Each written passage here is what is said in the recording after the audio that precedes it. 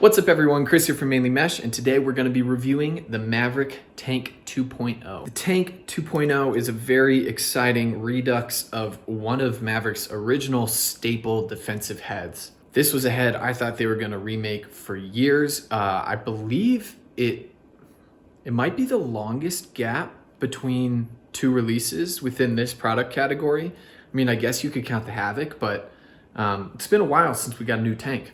There are a couple of aspects that are similar, but really this got a massive makeover, so I'm gonna take you guys through it right now. First thing you will notice, struts. We got 6 struts on this bad boy, which gives it a gnarly aggressive look in my opinion. They all have that kind of X-rail profile that Maverik has been using. This head is crazy stiff.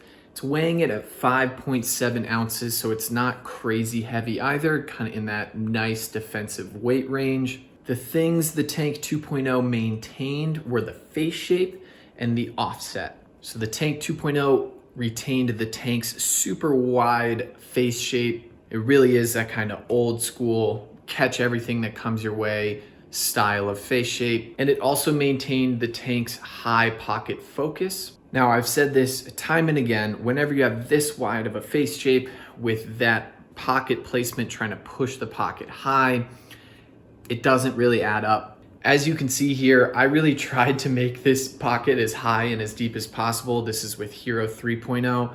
And as you can notice, pretty shallow, sitting pretty mid. The reason is modern mesh isn't designed for this width, so you're not gonna get that depth.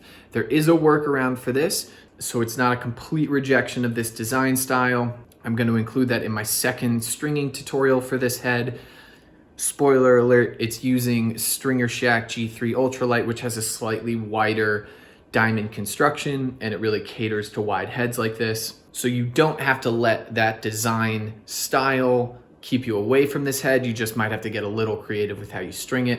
The Tank 2.0 also uses Maverik's DuraTough plastic, which I know nothing about, but they claim makes it stronger in all conditions, kind of the status quo for the industry right now with their advertising techniques. Biggest single improvement is the scoop.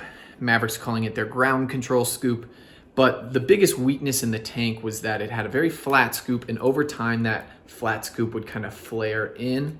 I definitely don't see that happening the same way with this head, both because of the shape of the scoop, but also these additional struts up top. This head should really maintain its shape much better over time as compared to the original tank. So that alone puts this head right at the top of the list for those kind of traditional defensive style heads. Ton of stringing holes, 2 throat holes. Stylistically, this thing's a beauty, made in the US. As far as durability goes, I've officially given up on trying to comment on durability. General notes, when you have a stiffer head, you're typically gonna get better shape retention, occasionally might get a big crack. It's kind of the same thing with carbon fiber shafts where they stay straight until they explode. Similar principle. I mean, that's glossing over just a huge section of material science, but you get the point. Okay, so let's compare this with its main competitor, as ECD Greg did as well, the X20. Personally, I would probably feel a little bit more confident with the shape retention of the Tank 2.0. I thought Greg actually kind of did the 2.0 a little bit of a disservice. Yes, the X20 strings a little bit better just because it's catered to a low pocket. But like I've already said in this video, there is a workaround with just using a different type of mesh. So Greg's only using Hero 3.0, which means, yeah, this head is not gonna string very well. I shouldn't say string poorly so much as it's not gonna string aggressively with a really focused high pocket with this type of mesh.